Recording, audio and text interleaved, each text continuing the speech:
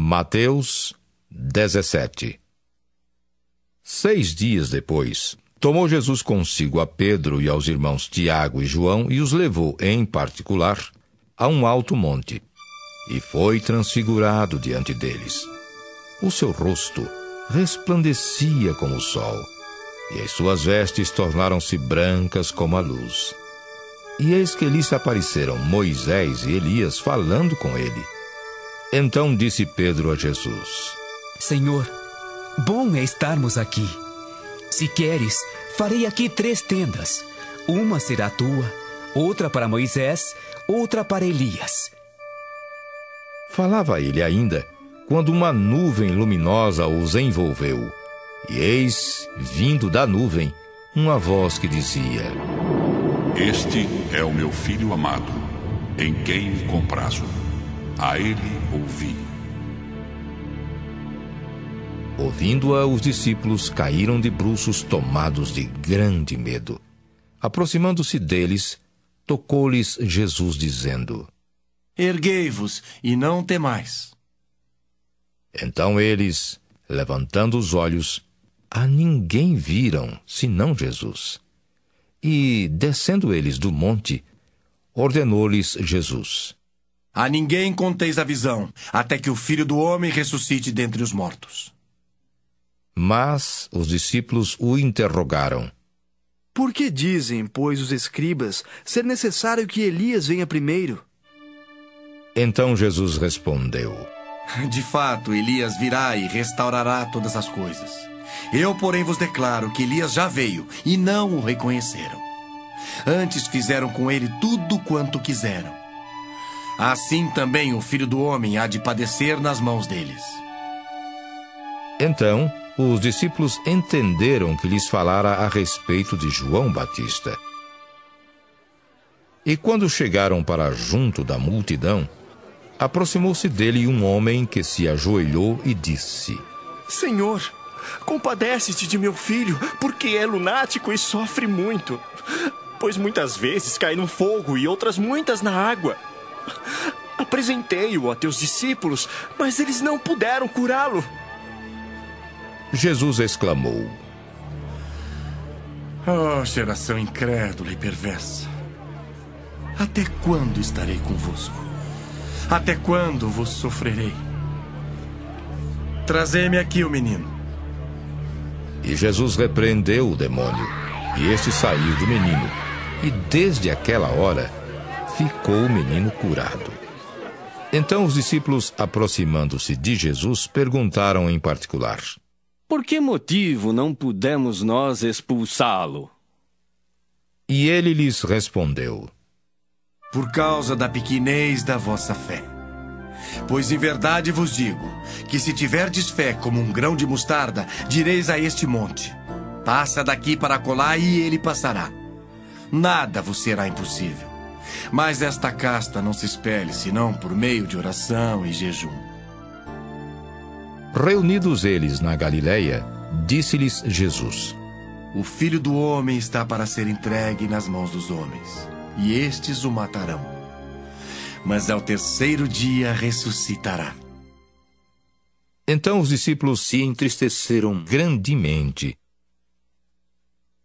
Tendo eles chegado a Cafarnaum, dirigiram-se a Pedro os que cobravam o imposto das 2 dracmas e perguntaram: Não paga o vosso mestre as 2 dracmas? Sim. Respondeu ele. Ao entrar Pedro em casa, Jesus se lhe antecipou, dizendo: Simão, o que te parece?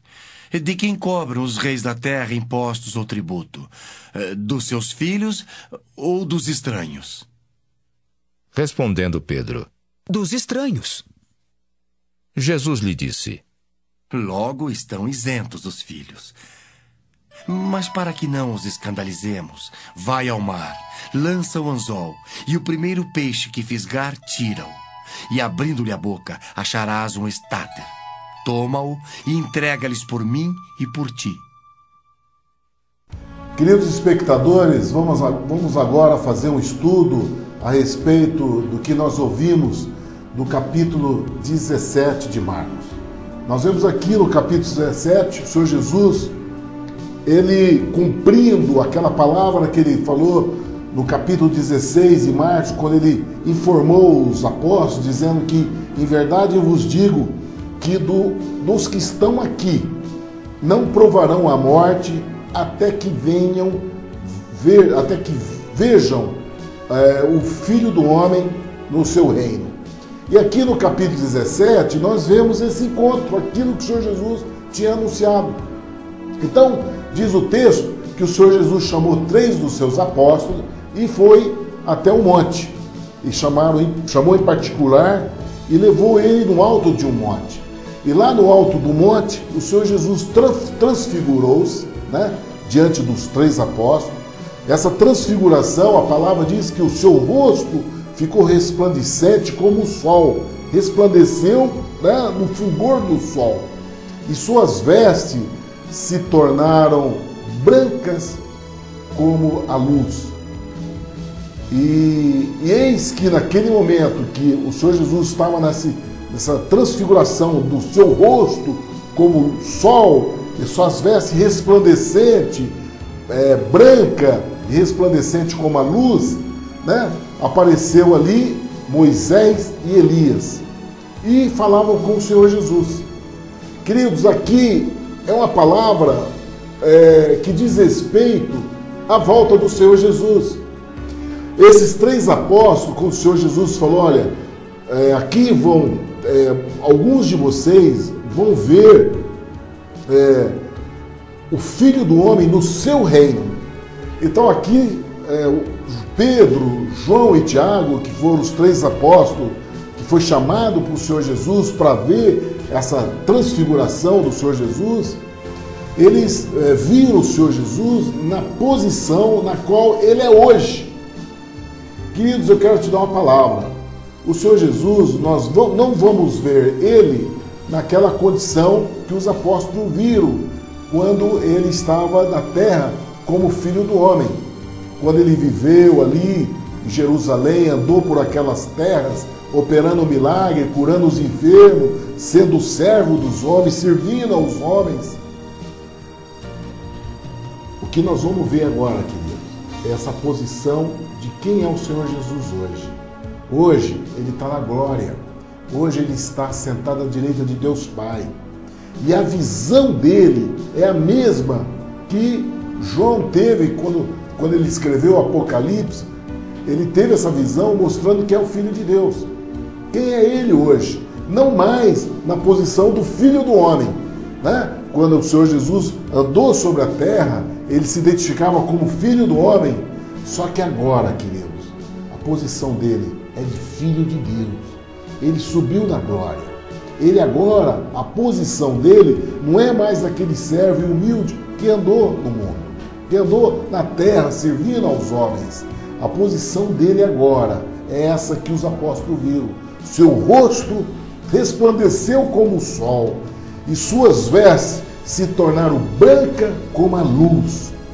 Essas vestes que o Senhor Jesus hoje veste de glória, de poder, na qual ele já era, ele já tinha essa posição, ele já tinha essa glória, mas ele perdeu, ele deixou essa glória para vir ao mundo e vir na condição mais humilde de se considerar Filho do Homem.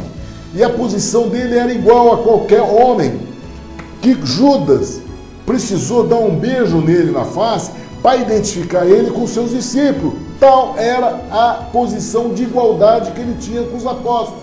Ele era igual. Pedro, quando negou ele, as pessoas chegavam para Pedro e falaram: Pedro, você estava com ele, porque o seu modo de falar é igual ao dele. Compreende? Tal era a identificação que o Senhor Jesus teve com o homem. Só que a posição dele agora, queridos, depois que ele foi morto, ressuscitou no terceiro dia e andou ainda 40 dias na face da terra, falando com seus discípulos e com alguns homens que lhe apareceu, depois ele subiu ao céu, né? E agora a posição dele é essa, né? E por isso que o Senhor Jesus anunciou o Filho do Homem na glória, quando vão ver o Filho do Homem no seu reino. É esse o reino que o Senhor Jesus manifesta. É esse reino que agora ele é e que os apóstolos puderam vê-lo, junto com dois homens, né? Elias e Moisés. Moisés, por ser aquele homem na qual Deus confiou a palavra de Deus. Moisés foi um homem que era príncipe do Egito, né? Criado com toda a ciência e tecnologia do qual aquele mundo vivia, né? O Egito era o domínio das nações, era a nação mais rica sobre a face da terra, né? E Moisés foi criado em toda a ciência na qual o mundo existia. Mas Moisés negou tudo aquilo. A palavra de Deus diz que ele não quis aquilo. Ele preferiu ser filho de uma escrava. Ele preferiu se identificar com aquele povo, não querendo esse dinheiro e essa glória que o Egito poderia oferecer para ele. Mas a palavra de Deus diz que ele optou pelo galardão que vinha do céu. Optou por receber o galardão e preferiu ser chamado filho da escrava do que ser filho da princesa do rei do Egito. E essa opção, querido, fez com que Moisés fosse para o deserto. E lá ele recebeu da mão de Deus a tábua da lei, lá no monte de Horebe. E da relação que ele teve com Deus, essa relação fez com que Moisés viesse até o monte conversar com o Senhor Jesus. Elias foi o profeta que subiu aos céus numa carruagem de fogo. Esse homem não experimentou a morte. Tal era a relação que ele tinha com Deus. E essa relação que ele tinha com Deus foi numa geração que ele viveu, uma geração onde o povo vivia na idolatria. Todos os profetas, eles tinham sido mortos pela rainha daquela época lá, que comandava toda a nação de Israel, Jezabel, que perseguia todos os profetas. Elias, ele sentia-se como se tivesse sido o único da geração dele que permaneceu fiel à palavra do Senhor. Ele teve a postura fiel. E Elias, então, foi arrebatado de uma carruagem de fogo, foi levado ao céu. Tal era a ligação que ele tinha com Deus. Esses dois homens, tanto Moisés como Elias, tinham uma relação íntima com o Senhor Jesus, que era o Filho de Deus, o prometido.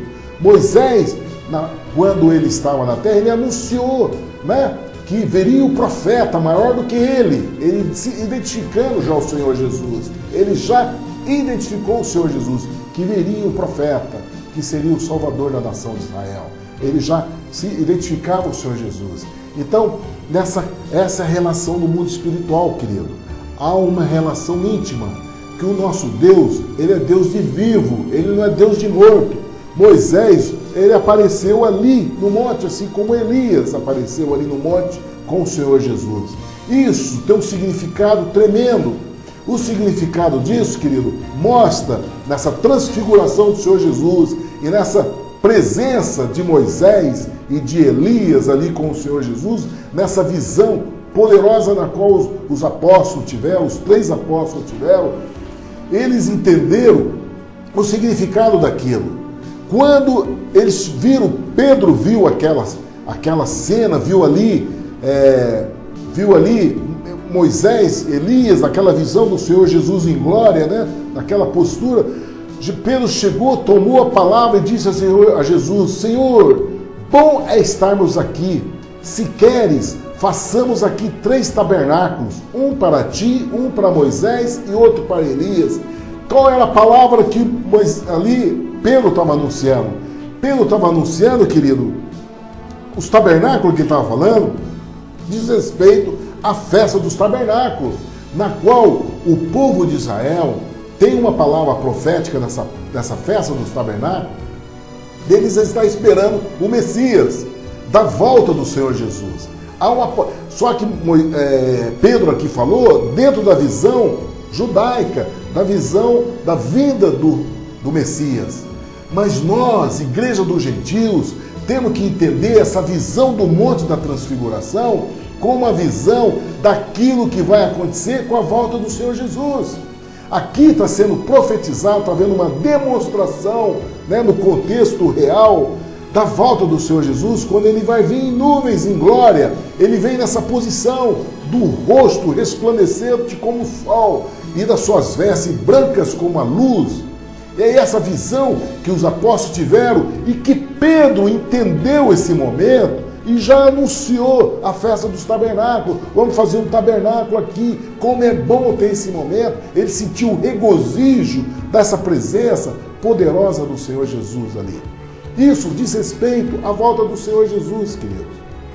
E Pedro, que é um homem, né, comum, que vivia as dificuldades na terra, que era um pescador. Nós não sabemos, querido, aqui, por que Pedro foi escolhido para ter essa visão.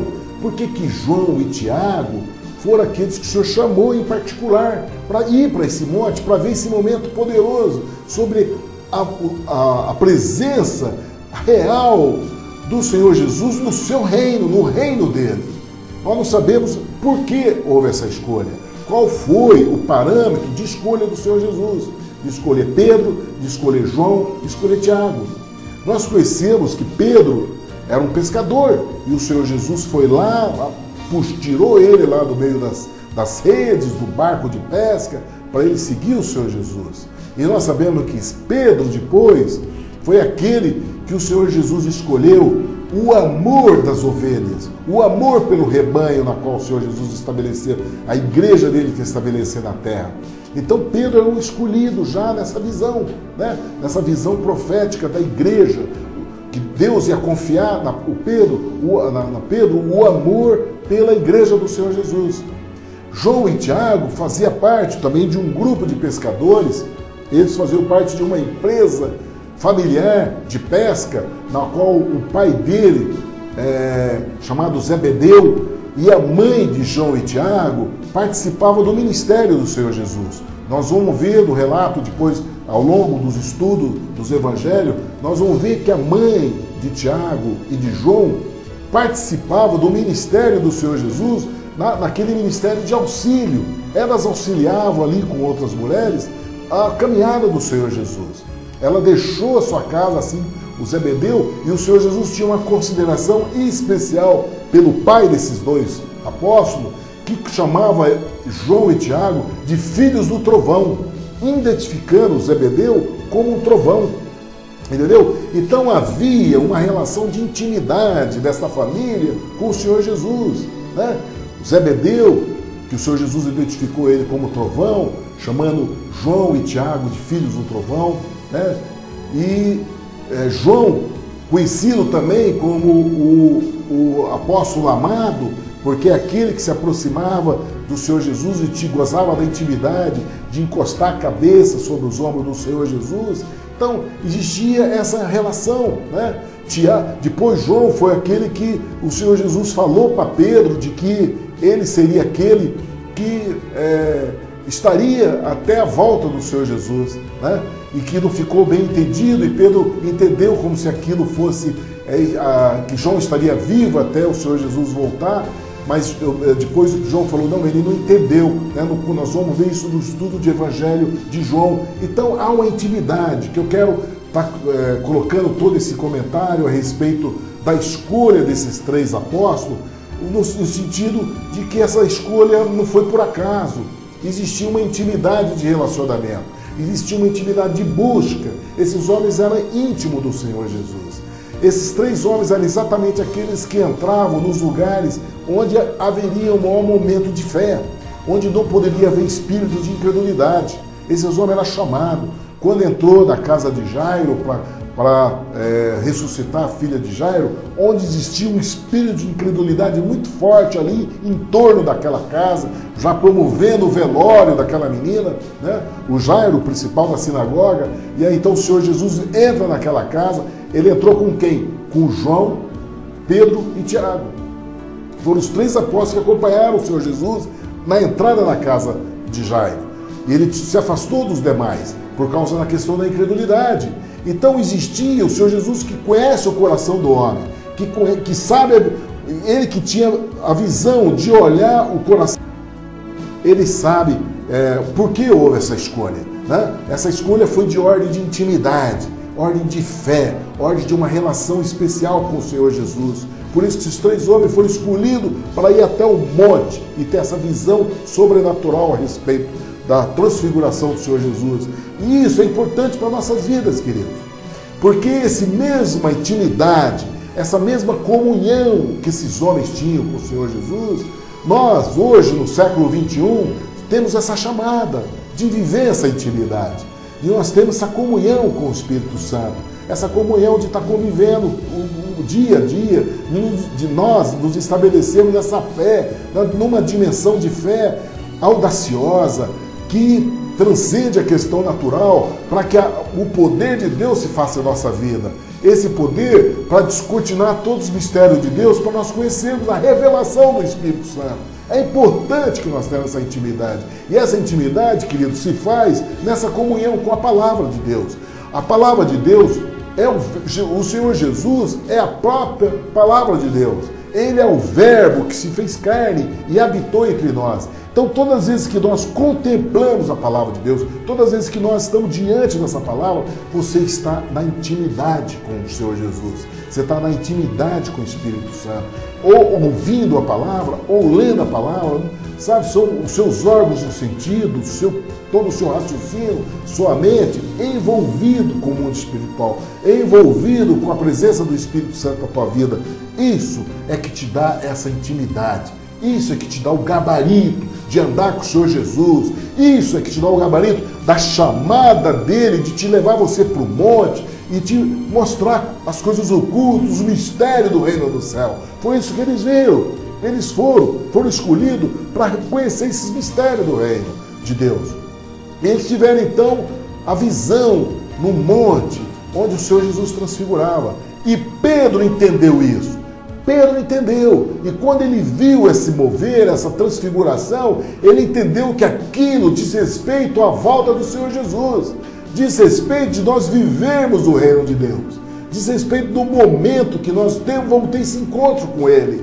Por isso que Pedro falou: Senhor, é bom, como é bom estarmos aqui. Ele não queria nem voltar mais, ele não queria voltar mais para aquela situação do mundo. É isso que é importante que nós entendemos, queridos. Porque o convite do Senhor Jesus é de nós estarmos nesse lugar. O convite para a igreja dele, aqueles que têm o Espírito Santo no coração, é de nós vivermos isso, de nós estarmos nesse lugar, junto com ele, na qual Pedro já anunciou para nós. É bom estar aqui, é muito bom estar com ele, é muito bom nós vivermos esse reino do céu, de nós vivermos esse reino de Deus, e identificarmos o Senhor Jesus na posição que Ele realmente é. Rosto resplandecente como o sol, suas vestes brancas como a luz, Ele que tem toda a autoridade no céu e na terra. É essa posição, querido. E vai ser nesse lugar que Ele vai vir nas nuvens para te buscar, para me buscar, para levar a igreja dele para o encontro nos ares. Querido, isso é tremendo. Pedro teve esse entendimento. E aí então, ele ainda estava a falar, veio uma nuvem luminosa, né? Uma nuvem luminosa que cobriu eles ali. E da nuvem saiu uma voz, né? Dessa nuvem luminosa, saiu uma voz que dizia: Este é meu filho amado, em quem me comprazo. Escuta. Quem falou aqui, querido? É o Pai do Senhor Jesus Cristo, Deus Pai, Criador do céu e da terra, aquele que diz: eu sou, aquele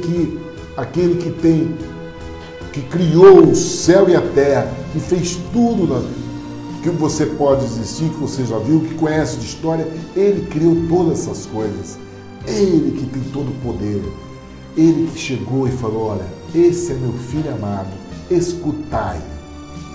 Queridos, o que nós temos que fazer na vida é escutar aquilo que sai da boca do Senhor Jesus, aquilo que sai da boca do Deus vivo, aquilo que foi anunciado pelos profetas, aquilo que foi escrito pelo Espírito Santo, pelas epístolas, a voz do Espírito Santo, que é a voz de Deus, ainda sobre a face da terra, quando anuncia esse evangelho, quando essa palavra ainda é demonstrada, quando essa palavra ainda é anunciada, escutai-o, busque enquanto você pode achar, invocai-o enquanto ele está presente. Nós ainda vivemos esse tempo da graça, escuta o que o Senhor Jesus fala. Escuta o que a igreja do Senhor, que é o corpo de Cristo na terra, ainda está anunciando na face da terra. Queridos, eu quero dizer para vocês que vai chegar um momento que essa igreja vai ser arrebatada. O Espírito Santo vai ser levado com essa igreja. Ela vai encontrar o Senhor Jesus nos ares dessa glória, da qual Pedro entendeu isso. Vai haver esse momento. Então, agora é o momento. Não espere as coisas acontecerem, de você achar ainda não está na hora. Não, agora é a hora. Agora é a hora de você escutar essa palavra. Agora é a hora de você abrir os teus ouvidos para você ter salvação. E aí, então, no entendimento disso, esses apóstolos, a palavra de Deus diz que eles ficaram ali, né? Quando essa voz eles ouviram, e eles ouviram essa voz de Deus que falou ali sobre a nuvem, os apóstolos ficaram ali parados. Eles ficaram em estado assim de impressionado com aquilo, eles ficaram estatalados, eles ficaram praticamente paralisados de ouvir aquela voz poderosa. Eles ouviram a voz de Deus. Pedro, João e Tiago ouviu com os ouvidos carnais dele a voz de Deus anunciando: escutai. Querido, isso é poderoso. Esses homens, a palavra diz que eles ficaram ali, caíram sobre o rosto, diz a palavra, caíram sobre o rosto, quer dizer, eles ficaram paralisados diante daquilo e tiveram grande medo. Dentro deles existe um sentimento de medo. Por quê, querido? É a questão do nosso corpo corruptível. Esse corpo nosso, não temos condição de ouvir a voz de Deus, da voz do próprio Deus, na ordem natural, do som audível ao nível dos nossos ouvidos carnais. Eles ficaram ali possuídos de grande medo, de terror, paralisados. E o Senhor Jesus, então, tocou neles. O Senhor Jesus aproximou deles, tocou neles, acordando eles, tocou neles e disse: levantai-vos, não tenha medo. Compreende? Porque a nossa condição carnal, queridos, a nossa pequenez diante da glória do Senhor Jesus é tremenda. É uma distância tão grande, querido. Mas nós precisamos nos preparar. O Senhor Jesus é esse que vai nos ligar até Deus. A nossa pequenez, a nossa insegurança, é Ele que vai nos tocar para que nós possamos recobrar a vida, nos levantar na presença de Deus. Por isso que Ele vai nos receber nas nuvens. Ele vai nos receber nas nuvens, para nos preparar para esse encontro com o nosso Deus, para esse encontro com Deus, Pai de nosso Senhor Jesus Cristo e nosso Pai. Nós vamos ter esse encontro, mas para nós termos esse encontro, para nós termos essa nossa visão pequena de nossa postura de homens, no entendimento do reino de Deus, que é imenso, querido, é um universo todo esse universo criado pelo poder de Deus. Nós vamos ter essa ligação com Ele, nós vamos estar face a face com Ele. Então é preciso que o Senhor Jesus, assim como tocou em Pedro, como tocou em João e Tiago, diante da visão que eles tiveram de ouvir a voz de Deus, né? A voz do Senhor lhes deu, alertando eles, para eles escutar o Filho. Esse é meu Filho amado, na qual me comprazo. Escutai. Esse é a palavra de ordem que o Senhor Jesus, que o nosso Deus deu a respeito do Senhor Jesus. Então os apóstolos precisam ser tocados para Jesus, para recobrarem. E aí, queridos, diz o texto que os discípulos começaram a interrogar o Senhor Jesus a respeito disso. Porque quando eles tiveram essa visão, eles entenderam a volta. E aí, então, o Senhor Jesus chama eles para descer, né? Eles desceram do monte e o Senhor Jesus falou: vocês não contem a visão a ninguém, até que o Filho do Homem seja ressuscitado entre os mortos. O Senhor Jesus pedindo para eles terem cautela. Por quê? Porque o Senhor Jesus quer guardar a tua fé. Não quer que a sua fé seja dilacerada pelos lobos, pelos incrédulos. Então, o mundo não consegue entender essa visão espiritual na qual a igreja do Senhor tem a chamada para ver. Nós temos a chamada de ter esse entendimento na visão espiritual. Só que o mundo que vive na carne só relacionando com aquilo que os órgãos do sentido vê, naquilo que eles podem tocar, naquilo que eles podem ouvir, jamais eles vão entender essa visão. Eles vão nos chamar de louco, vai acabar trazendo como palavras que podem gerar de incredulidade. E o Senhor Jesus advertiu eles, olha, espera até que haja ressurreição, para que vocês possam anunciar. Por quê, queridos? Porque depois da ressurreição do Senhor Jesus, o Espírito Santo seria aquele que ia promover todo o conhecimento disso. Ia trazer a luz da verdade, a luz do entendimento, para que eles pudessem anunciar essa mensagem poderosa que é dos céus. Nós, homens, não temos condição de entender, a não ser pelo Espírito Santo. Então, não adiantaria de maneira nenhuma os apóstolos ali, Pedro, João e Tiago, estar anunciando se o Espírito Santo ainda não tinha sido derramado sobre os homens para que eles pudessem receber essa palavra de verdade do céu. Tinha que ser reservado para depois da ressurreição do Senhor Jesus, para quando o Espírito Santo estivesse sobre a face da terra, para que o homem ouvinte desse relato pudesse entender a dimensão espiritual. É preciso que o Espírito Santo esteja no teu coração, no meu coração, para nós entendermos esse momento maravilhoso, onde nós vamos encontrar com o Senhor Jesus do seu reino, não no reino desse mundo, não mais nesse reino do mundo, do príncipe das trevas operando sobre essa face da terra. Não, nós vamos ter essa visão e o entendimento, que é a volta do Senhor Jesus no céu, das nuvens, dos ares, onde a igreja do Senhor vai encontrar com ele. E aí então, os apóstolos, entendendo isso, perguntaram para o Senhor Jesus, interrogando ele, mas quando isso vai acontecer? Porque os profetas dizem, os escribas dizem, que é preciso que Elias venha primeiro. Quer dizer, os apóstolos vão querendo entender quando vai acontecer. Será que Elias vai ter que vir para eles saberem o sinal do tempo, para conhecer o sinal do tempo? Qual é o sinal do tempo da volta do Senhor Jesus? E isso é muito importante para nós, igreja.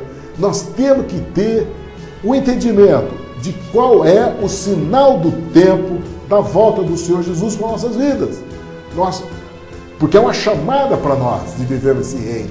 Disso que os apóstolos viram do reino de Deus, do reino dos céus, com a visão dos olhos da carne do Senhor Jesus, há uma chamada para a igreja do Senhor Jesus. É isso. Esse é o sinal do tempo. Aí o Senhor Jesus explica para eles, olha, em verdade, Elias virá primeiro e restaurará todas essas coisas, já demonstrando o dia do Senhor, o dia da visitação do Senhor e na volta dele.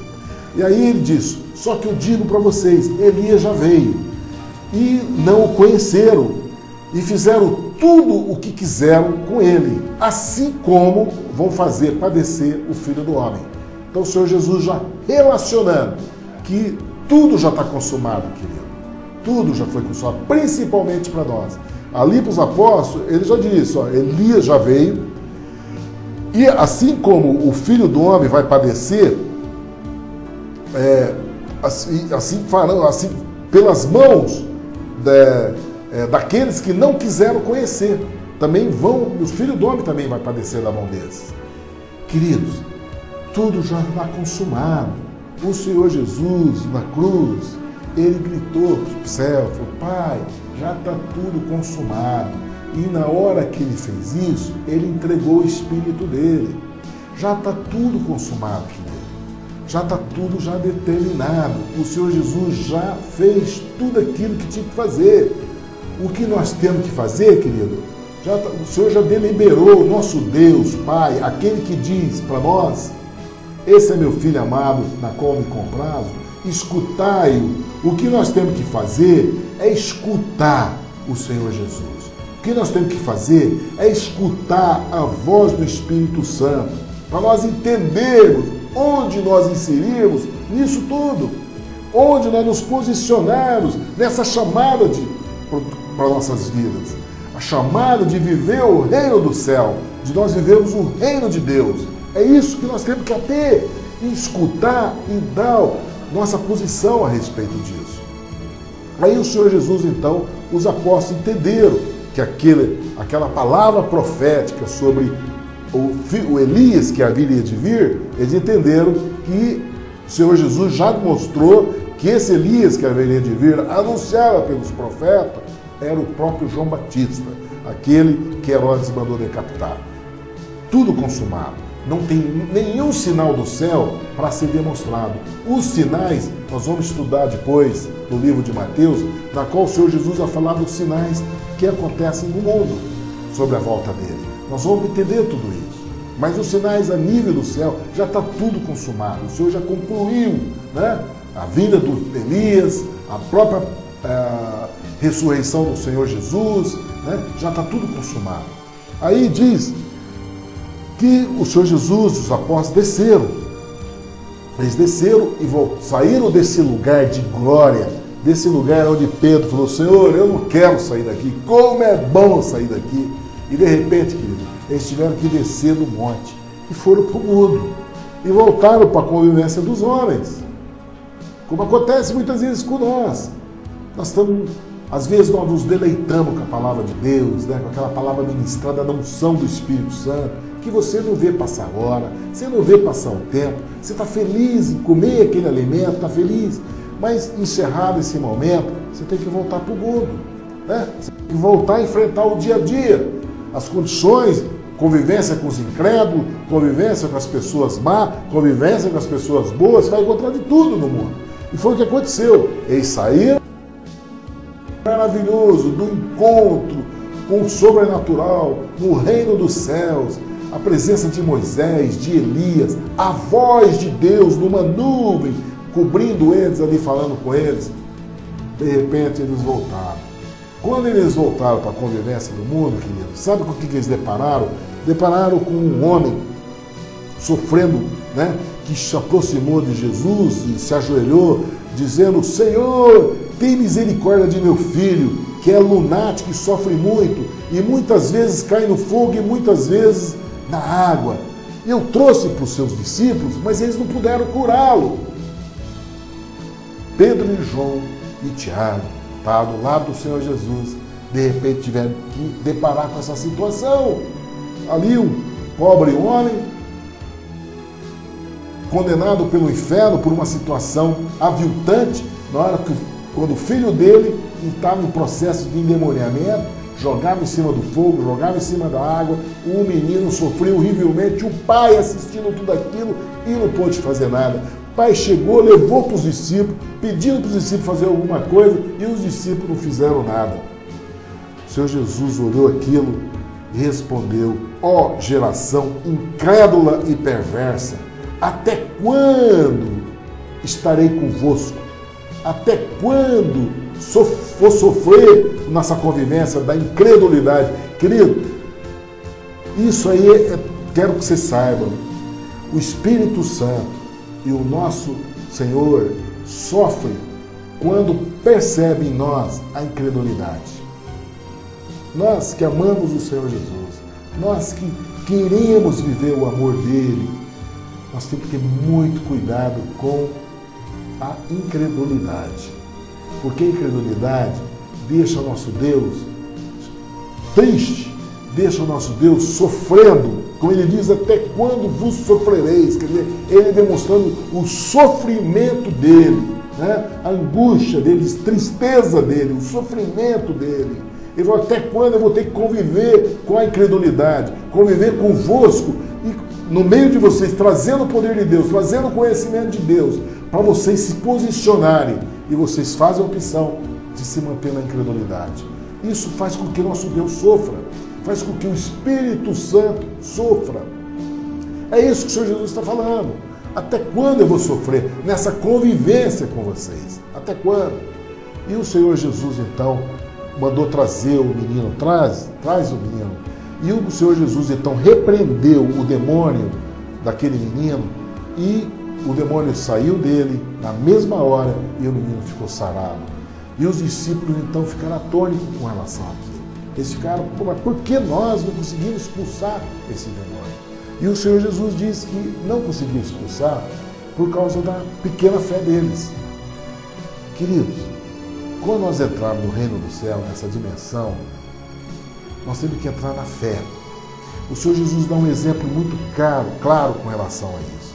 Ele diz por causa da pouca fé. Fala, mas não fala, fala da boca, mas o coração não tem certeza daquilo que está falando. Essa insegurança, essa claudicação, no mundo das trevas, ele conhece, o demônio conhece, ele conhece a voz de fé e ele conhece a voz incrédula, ele conhece a voz insegura, o diabo conhece. O diabo é um demônio, e que é um anjo decaído que conhece toda a glória de Deus, querido.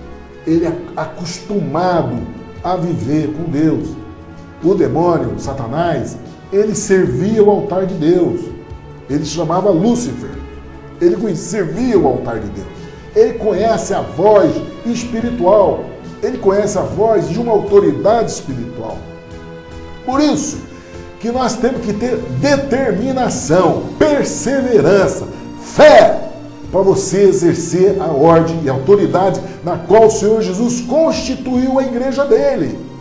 O poder não está em você, mas está na fé que você tem no nome de Jesus. Está na fé que você sabe que o Senhor Jesus, que tem autoridade no céu e na terra, e te constituiu. Aquilo que você ligou na terra será ligado aquilo que você ligou na terra será ligado no céu. Aquilo que você desligou na terra será desligado no céu. Sabe por quê, querido? Porque você tem a revelação da palavra de Deus no teu coração.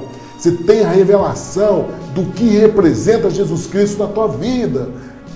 O que ele significa na tua vida. Essa é uma posição de fé. E o Senhor Jesus dá um exemplo. Ele fala, se você tiver fé do tamanho de um grão de mostarda, e nós vimos já ele falar a respeito da semente, que é o tamanho de um grão de mostarda. Ele diz que a semente do tamanho do grão de mostarda é a menor semente das hortaliças. Mas quando semeada, ela se torna uma árvore grande, frutosa, da qual as aves do céu vêm aninhar sobre ela. Nós não sabemos como acontece isso, como acontece, mas Deus é que faz isso em nós. O que nós temos que ter é a fé, não importa o tamanho, nós temos que ter a fé. Porque ele diz, se você tiver essa fé pequena, do tamanho do grão de mostarda, você vai dizer para o monte, passa daqui para acolá, e nada vos será impossível. Compreende? Isso é o poder de Deus em nossa vida.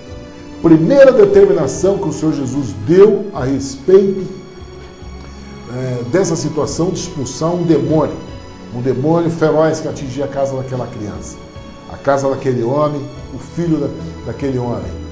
Em primeiro lugar, o Senhor chama atenção a respeito da fé. Fé. Em primeiro lugar, fé. Aí depois ele completa, essa casa de demônio não se expulsa senão por oração e jejum. Porque a oração é comunhão com Deus. A oração é você estar em intimidade. E aí se estabelece a fé. O jejum é para você mortificar a tua carne, para que o diabo não venha ter ataque sobre a tua vida, denunciar a tua vida diante dos homens. O diabo não conheça brecha na tua vida, para que você não seja atacado pelo inferno. Então, é esse o significado que o Senhor Jesus nos dá para nós entendermos a dimensão do mundo espiritual e para nós entendermos como nos posicionar nesse mundo espiritual, né? Na medida da fé, que cada vez mais cresce, à medida que nós buscamos mais a palavra de Deus. E quanto mais você conhece o nosso Deus, quanto mais você está em intimidade com Ele diante da palavra, vai gerar em você esse momento de oração, onde você vai estar o tempo todo orando. A palavra do Senhor Jesus nos ensina que nós devemos orar sem cessar, sem cessar. Essa oração tem que estar o tempo todo conosco, o tempo todo. Nós temos que estar buscando a Deus, levando em oração nossas aflições, nossas dificuldades, todos mover tudo aquilo que acontece em nossas vidas, por mínimo que seja. Ele diz, em 1 Pedro, fala que nós devemos levar todas as nossas aflições. O Senhor Jesus nos diz que nós devemos orar sem cessar. Compreende? Esse é o lugar de vitória. Esse é o lugar de você conseguir tudo, que nada vai ser impossível para você. Tudo é possível aquele que crê, quando você entra nessa dimensão que o Senhor Jesus está chamando nós agora. Na dimensão da fé, na dimensão da oração e na dimensão do jejum, né? De você mortificar sua carne. de você colocar a tua carne na cruz, dela não ditar a sua vida. Não é os desejos da carne que vai ditar a sua vida. O que vai direcionar a tua vida é o poder do Espírito Santo sobre a sua vida. Ele que vai dar a direção. É isso que o Senhor Jesus está nos chamando. Está nos chamando para essa vida vitoriosa. Aí então, o Senhor Jesus, logo que passou isso, eles foram para Galileia, iam para o caminho de Galileia. O Senhor Jesus começou então a anunciar a eles o que ia acontecer. O Senhor Jesus volta a preparar os discípulos daquilo que ia acontecer com eles. Então ele começa a dizer que vai ser entregue na mão dos homens, esses homens vão matá-lo e no terceiro dia ele ressuscitará. Ele anunciando isso. E os apóstolos, queridos, se entristeceram.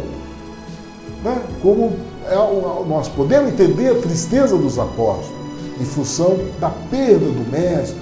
Eles ainda não tinham o entendimento da dimensão que o Senhor Jesus queria levar eles, do lugar de vitória que o Senhor Jesus ia levar, a comunhão que o Senhor Jesus ia ter com eles na intimidade do coração deles, através da presença do Espírito Santo. Mas eles ainda, como não tinham o entendimento pleno dessa condição, só o Espírito Santo dentro deles é que poderiam, levar para o coração deles conforto, consolo, entendeu? E eu imagino essa tristeza, queridos, na visão de Pedro, de João e Tiago, que tiveram a visão do Senhor Jesus ali no reino do céu, quando eles tiveram a visão sobrenatural do monte da transfiguração de que representava o Senhor Jesus. Mas eles ainda, mesmo tendo essa visão, eles não conseguiram entender isso. Porque eles estavam acostumados a ter um relacionamento de ordem dos órgãos do sentido. Eles não estavam voltados ainda para nível da intimidade do coração, de uma relação a nível do Espírito de Deus. Por isso que Pedro cauticou muitas vezes, por isso que esses homens cauticaram. Nós vamos ver ao longo dessa relação do Senhor Jesus com os discípulos. Você vai ver, nós ouvimos no capítulo passado, Pedro sendo usado pela fonte, pela boca de Deus, anunciando o Espírito Santo, mas ao mesmo tempo, pouco tempo depois, permitindo que Satanás falasse pela boca dele, quando pediu para o Senhor Jesus ter compaixão da vida dele. Então, esses homens ainda estavam nessa dimensão da carne. Eles, quando receberam o Espírito Santo, lá no Pentecoste, esses homens mudaram. Eles deixaram essa posição, né? Ainda carnal, acostumado a relacionar com os órgãos do sentido, eles começaram a ter a dimensão espiritual. Quando eles começaram a anunciar a verdade de Deus, não mais na posição deles próprios, mas a verdade de Deus já estabelecida na palavra. Então Pedro já anunciou aquilo que foi profetizado em Joel, que o Espírito Santo vai ser derramado sobre toda a carne, né? Os velhos profetizarão, os moços terão visões, terão sonho, compreende? Então, já anunciando aquilo que estava escrito na palavra. É essa ação do Espírito Santo na nossa vida, que nós falamos não mais segundo a vontade do homem, não mais segundo os desejos do homem, mas segundo a palavra de Deus, que já estabeleceu toda a vida dos homens, tanto para aqueles que vão para o inferno, como aqueles que vão viver a glória dele. Já está tudo escrito. O que nós temos que nos estabelecer é nessa verdade. E nós vamos ver esses apóstolos, por isso que eles entristeceram ainda, porque eles não entraram nessa dimensão. Assim como nós vamos ver João e Tiago disputando entre os apóstolos qual seria o maior no reino dos céus. E o Senhor Jesus chamando eles, e a própria mãe de Tiago e de João pedindo para Jesus colocar um à sua direita e o outro à sua esquerda, lá no reino dos céus. E o Senhor Jesus dizendo: vocês não sabem o que vocês estão pedindo, vocês não sabem. E o Senhor Jesus chamando uma criança e falando: olha, aquele que quer ser maior no reino do céu, que seja o menor. Tem que ser humilde, querido. Aquele que é maior, aquele que serve. Essa é a visão do mundo espiritual, do entendimento do mundo espiritual. Por quê? Porque quando você faz esse entendimento de você se posicionar como servo, você está fazendo aquilo que está escrito a teu respeito. está fazendo não pela sua condição de homem, não pela postura de humildade que está no seu coração, não, mas porque você é um homem humilde, porque o Espírito Santo te traz esse espírito de humildade. Que o Senhor Jesus diz, olha, vinde a mim, vós que está cansado e sobrecarregado, que eu vos aliviarei. Tomai sobre si o meu jugo, que é leve e suave, porque o meu coração é humilde de coração. Então, é essa ação do Espírito Santo que nos posiciona numa posição de humildade e que nos faz servir o nosso semelhante. Isso é fruto do Espírito de Deus em nossa vida. É fruto do Espírito de Deus em nossa vida. Essa é a visão que o Senhor Jesus trouxe para os apóstolos. Por isso que eles não conseguiram entender. Eles não tinham essa dimensão ainda dos frutos do Espírito na vida dele. Mas nós hoje, que temos a revelação da palavra de Deus, nós hoje que temos o Espírito Santo conosco, que traz o entendimento de toda a plenitude da vida de Deus conosco, nós vamos falar, esse momento que o Senhor Jesus falou, olha, os homens, você entregue as mãos dos homens e eles matá-lo-ão e no terceiro dia ressuscitará. Para nós, aquilo que os apóstolos entenderam, entristeceram, para nós, igreja do Senhor, é motivo de alegria, de regozijo, porque é aquilo que Paulo anuncia. Ele diz, olha, eu não me envergonho da cruz de Cristo, porque é poder de Deus para salvação. A cruz de Cristo é poder de Deus para minha salvação, para a tua salvação. Para nós, querido, nós não estamos na posição daqueles discípulos que ainda não tinham a revelação do Espírito Santo. Por isso eles entristeceram. Mas nós que temos a revelação do Espírito Santo, esse anúncio do Senhor Jesus é motivo de alegria e de regozijo, porque foi por causa desta posição dele ser entregue, dele se entregar por amor a nós, é que nos permitiu que nós pudéssemos chegar diante de Deus. Querido, isso é poderoso. Poderoso. Nós não podemos entregar essa pérola, a fé que nós temos na cruz do Calvário sobre a nossa vida, deixar o diabo pisar sobre nossas vidas. Não tem. Condenando nós, trazendo palavra de fracasso, trazendo para nós dúvida a respeito da salvação, dúvida a respeito do nosso encontro dos ares com o Senhor Jesus. Isso o Satanás vai tentar fazer de tudo para tentar roubar a fé dessa palavra sobre nossas vidas. Mas nós temos que nos mergulharmos cada vez mais nessa palavra, para nós entendermos, querido, o significado disso, o significado poderoso para a nossa vida. É motivo de alegria para nós esse anúncio do Senhor Jesus. Depois diz a palavra que o Senhor Jesus foi para Cafarnaum, saiu da Galileia, foi para Cafarnaum. Chegando em Cafarnaum, chegou lá em Cafarnaum, na igreja, Pedro foi abordado pelos religiosos que chegaram. Pedro, o seu mestre, ele não paga as dracmas? A dracma, querido, era um imposto religioso daquela época. Eles pagavam, todas as pessoas que frequentavam a igreja, que viviam, tinham que pagar imposto. Tinha que pagar os impostos ali. E aí, o Senhor Jesus foi cobrado desse imposto. E Pedro chegou e falou, não paga. Sim. O seu mestre não paga? Sim. E entrou na casa. Mas o Senhor Jesus ouviu, porque ele tem os olhos atentos, querido. Ele olha aquilo que você acha que ele não viu. O Senhor Jesus diz que nada está encoberto, não existe nada encoberto, nada que seja. Deus sabe de tudo. Ele falou, olha, não se compra 2 centins para 2 pombas, ele sabe. Até o número de cabelo que você tem sobre a cabeça, ele sabe. Então, não existe nada encoberto. E aí, então, o Senhor Jesus chega para Pedro e fala, Pedro entrando na casa, o Senhor Jesus ouviu aquilo, perguntou, Pedro, o que te parece, Pedro? De quem cobram os reis da terra o tributo? Ou o censo? Tributo ou censo? Dos filhos dos homens ou dos alheios? E Pedro então disse, dos alheios. E Jesus falou, logo estão livres os filhos. O que significa isso, querido? Os filhos são aqueles que estão no palácio, né? Desses que são filhos do rei, que são filhos do governo, que são filhos dos donos da igreja, esse não precisa pagar. Mas os alheios, esse precisa pagar. Esse tem que pagar. E aí o Senhor Jesus completa, olha, mas para que ele mostrando que nós, filhos de Deus, querido, nós que estamos sobre essa face da terra, nós somos alheios aqui, nós somos peregrinos.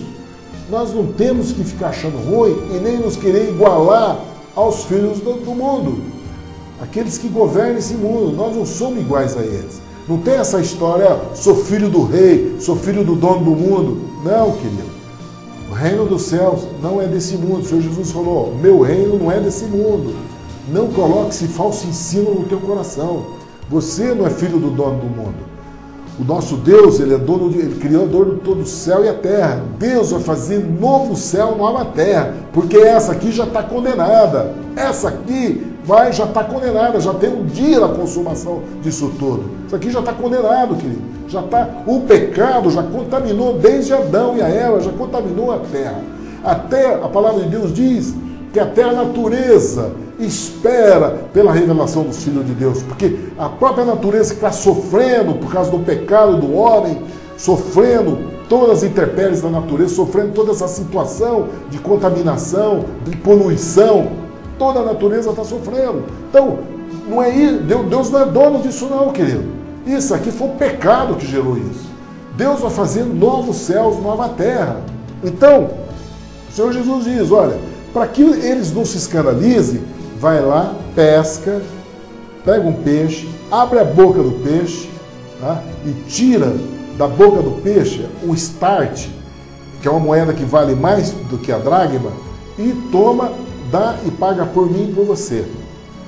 Queridos, quero te dar uma palavra para você, que muitas vezes você está com o coração aflito, porque você está devendo para o imposto de renda, ou porque você está devendo para os donos desse mundo, pelos bancos, né? Numa dívida cruel, porque o juro é um absurdo, é desumano o juro que eles cobram.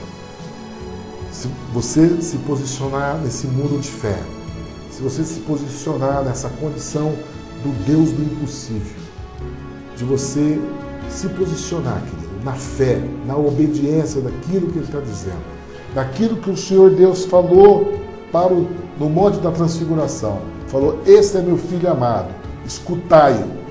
Se você se posicionar nisso, escutar e praticar, orando sem cessar, buscando essa palavra, gerando fé, porque a fé, querido, é por ouvir e ouvir a palavra de Deus. Busca essa palavra, aumenta a dimensão da tua fé, para que esse impossível, né, do Senhor Jesus falar para Pedro, vai lá, pesca, tira da boca do peixe um start, paga por mim e por ti. Deus vai fazer na tua vida. Creia nisso. Creia que Deus vai fazer na tua vida. Não se esmoreça, não se entristeça, continua nessa direção. O seu papel é crer. Só isso. O sobrenatural Ele vai fazer. Creia e com fé, determine isso no teu coração. Você vai receber o poder de Deus, o impossível. Você vai poder dizer para o monte, lança-te daqui para colar. Essa dívida vai sair da tua vida, pelo poder do nome do Senhor Jesus. Creia nessa palavra poderosa que nós ouvimos agora de Mateus 17. Quero convidá-lo para nós continuarmos amanhã fazendo o estudo do capítulo 18 de Mateus, se assim Deus nos permitir.